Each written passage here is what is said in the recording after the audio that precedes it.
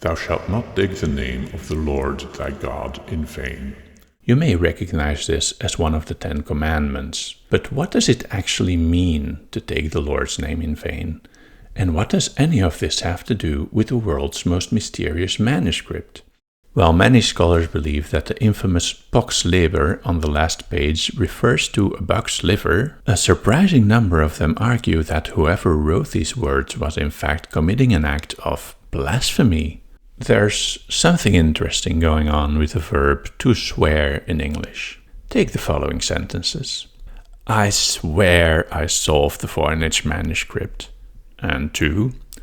Am I allowed to swear on YouTube?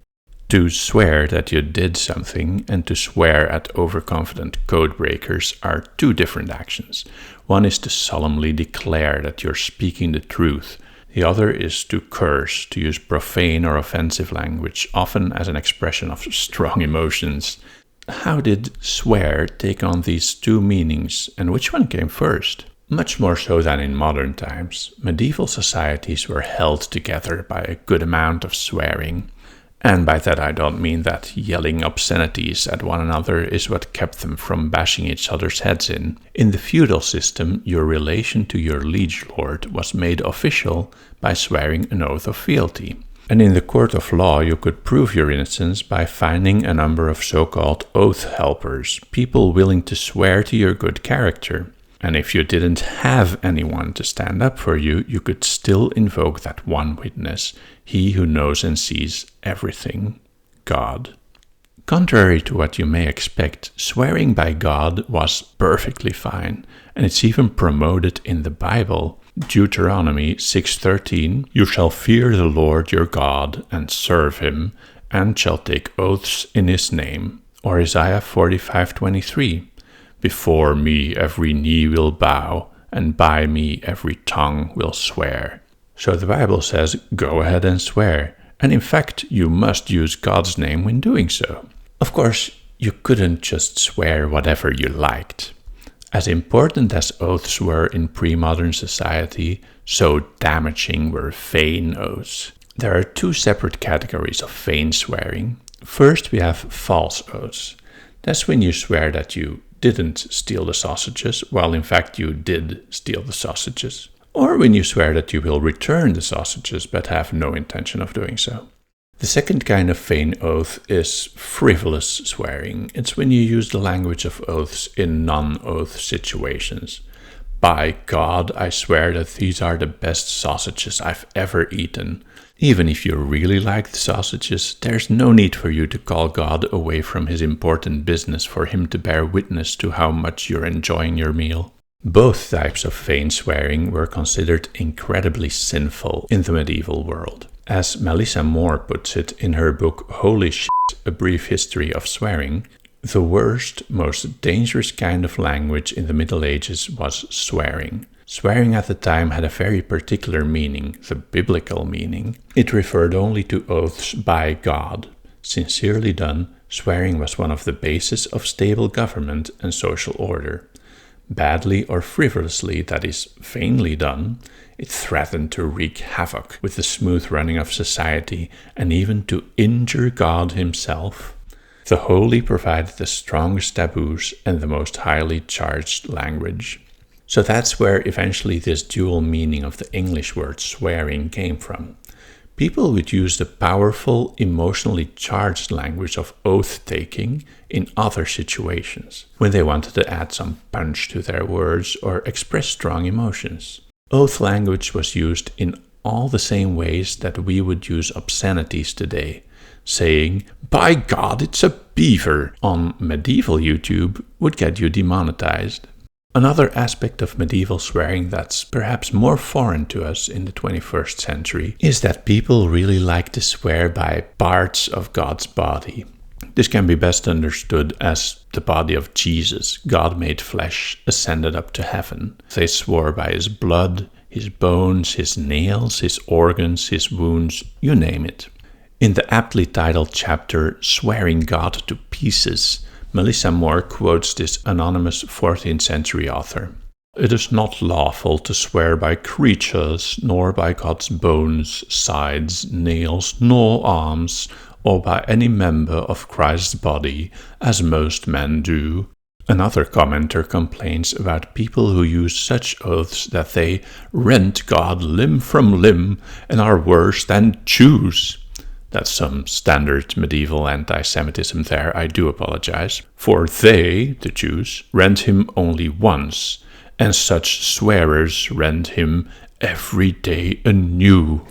And the Jews didn't break his bones, but they, the swearers, break his bones, and each limb from the other, and leave none whole. These swearers sought to increase the power of their statements by swearing by Jesus' actual tangible body. It's as if they conjure up the bones to place a solemn hand on them, which would indeed require the destruction of the holy flesh. No surprise that religious authorities frown upon this apparently common use of language. Okay, now onto the Voynich Manuscript. Like I said in the intro, we are once more on folio 116v.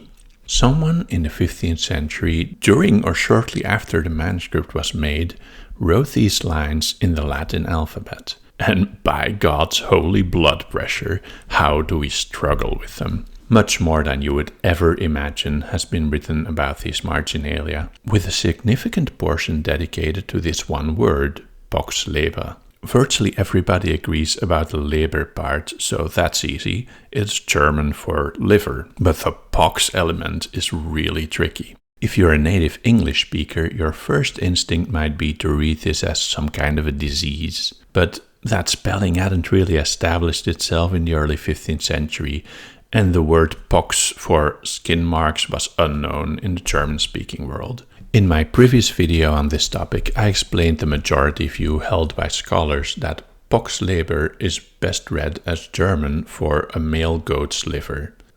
What I didn't address in that video is another quite popular explanation, which is where the swearing comes in. You see, if you just Google poxleber and ignore all the Voynich results which have piled up over the years, you'll almost certainly end up in 16th century Nuremberg. There, a number of authors start using the word pox, spelled P-O-X, in combination with a whole range of body parts. The most famous writer of those, Hans Sachs, even uses poxleber in at least one occasion, so he combines this pox with the word labor. So are these cookbooks or perhaps medical treatises? Not quite. Hans Sachs and his lesser-known colleagues wrote Fastnachtspiele, translated to English as Shrovetide plays. You see, in medieval times, the period of Lent was truly observed as a time of fasting and general abstinence. It sucked. So, in the days leading up to that, people were allowed to eat and drink a bit more and generally have some fun. Carnival celebrations were a big part of that, with all kinds of performances held in public places. And that's where these burlesque, humorous Fastnacht plays fit in. They are written in an accessible and relatable way as a form of light entertainment before the long Lenten misery. And indeed, for a long time, the only attestation of poxleber known to Voynich scholars was found in one of these carnival plays, the one titled Der Pauwer in dem Fegfeuer, the Peasant in Purgatory. In it, a peasant by the name of Heinz Düppel unexpectedly finds himself in purgatory one day. As any 16th century peasant would do under these particular circumstances, he reacts with a chain of loud and vulgar curses. Botslung, Botsleber, wo bin ich doch? Bot's lung, Bot's liver, where on earth am I? Bots isn't pox, it's just an alternate spelling. Hans Sachs uses them interchangeably. In this bots version, it's just a little bit clearer that we are dealing with a minced form of God's. In other words, God's lung, God's liver. These minced oaths, as we call them, exist in many languages. You probably know and maybe even use a couple of your own. They are deformations of holy words in order to somewhat sidestep the blasphemy. Sometimes the resulting words are completely meaningless. Think of English gosh for God, heck for hell, darn it for damn it. Australian crikey, of course, for Christ, but sometimes minced forms drift towards existing words in the language. You've certainly heard of the stereotypical French sacre bleu, a minced form of sacré Dieu, which now contains bleu, the word for blue, or English fudge and shoot for those very popular swear words starting with the same letters. Likewise, in Chaucer's Canterbury Tales, we get the wonderful line, "Tell us a fable now, by cock's dear bones." To be clear, in those days, the primary meaning of cock was still the animal, a rooster. And even if male genitals were understood, their mention would not be seen as particularly vulgar in medieval times. They were perfectly okay with all body parts. But saying "by cock's bones" was entirely inappropriate and yes, even blasphemous, because implicitly this phrasing contains the name of God, the invocation of his physical body, and the unwarranted use of oath language.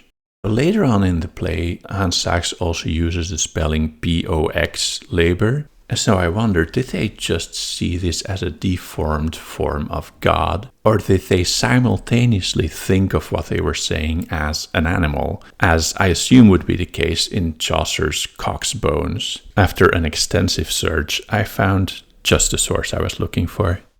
It's a book of sermons by the Viennese theologian and historian Thomas Ebendorfer, active in the first half of the 15th century. That's a full century before Hans Sachs, by the way, and much closer in time to the Voynich Manuscript.